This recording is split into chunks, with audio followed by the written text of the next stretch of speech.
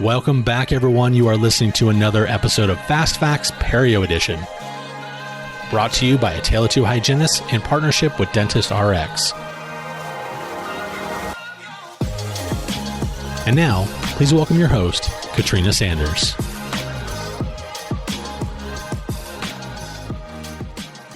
Hello, and welcome to Fast Facts Perio Edition. Buckle up, we're moving into talking about non-dental biofilm-induced gingivitis. And this week begins the conversation over several weeks of identifying patients that can have some type of an inflammatory condition in their mouth, but it's not necessarily related to the presence of biofilm. Moreover, this enlargement of the gingiva is associated with some other type of transient condition. This week, we're going to look at genetic or developmental disorders and the first of very specific infections that can affect a gingival lesion. We're going to begin by looking at genetic or developmental disorders. And that begins by talking about this condition called hereditary gingival fibromatosis. You guys, these are patients that just present with a generalized fibrous enlargement of the gingiva. We can see these, tuberosities enlarged, the free and attached gingiva are enlarged, the retromolar pads are enlarged. These are patients who can present with a relatively quote-unquote gummy smile.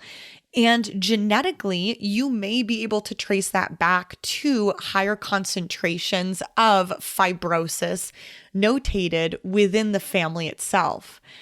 These are patients that, although there is an enlargement of the gingiva itself, the enlargement is due to this genetic or developmental disorder, and it's not due to the fact that there's biofilm. Meaning your treatment plan for this patient, although we want to keep the tissue cleansable and healthy, is going to expand beyond performing some type of periodontal therapy or debridement on the patient, and more so looking at how we can control that fibromatosis. We're also going to look at specific infections this week. And in order to do that, we're going to look at infections of the gingiva of bacterial origin. And for this, we're going to look at a few, beginning with necrotizing diseases. Now, the main piece that I want you to know about this is that when a patient presents with necrotizing disease, necrotizing periodontal disease, absolutely, there is an etiology of bacteria. More so what we're specifically talking about is the fact that with patients like this, we can see destruction in the form of a crater of the papillae. And that, of course, is due to the necrosis of necrotizing periodontal diseases. We can also see patients that present with gonorrhea, for example. And when patients present with this observation in the mouth, this will be some type of a lesion or ulceration, or maybe a fiery red mucosa with a pseudomembrane over it.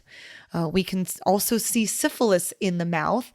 We can see fiery red or edematous ulcerations. We can also see syphilis chancres in the mouth. And of course, I think we all recall from microbiology class seeing chancres in other parts of the body, but we can also absolutely see a syphilis chancre in the mouth. And I want to caution my colleagues, sometimes that asymptomatic chancre in the mouth can look like a history of some scar tissue from a tongue piercing. But if you ask the patient about it, they'll tell you they never had a tongue piercing.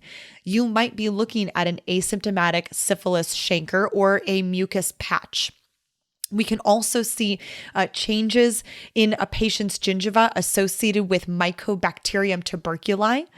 So tuberculosis patients could present with a primary or a secondary nodular or ulceration of the gingiva. And finally, we can have what's called streptococcal gingivitis. This is kind of an interesting type of gingivitis because it's not associated with plaque. It's associated with an infiltration of high strains of streptococcus. And Sometimes these are preceded by some type of an upper respiratory tract infection. In all of the cases that we just listed, these are patients in which we're going to see an observation of an enlargement of the gingiva of some kind.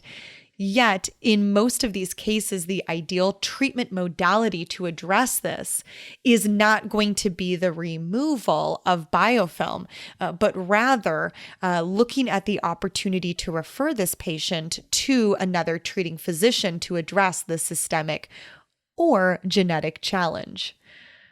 Thank you for joining this week as we talked about non-dental biofilm-induced gingivitis as seen in hereditary gingival fibromatosis and bacterial origin. Stay tuned as next week we look at additional opportunities to identify patients in a non-dental biofilm-induced gingival status. Have a great week.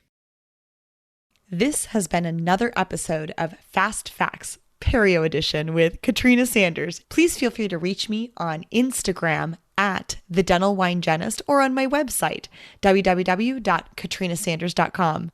Cheers.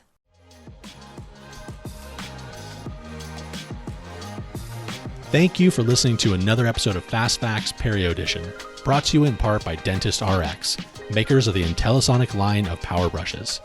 Find out more by visiting their website at dentistrx.com. We'll see you next week for another Fast Facts.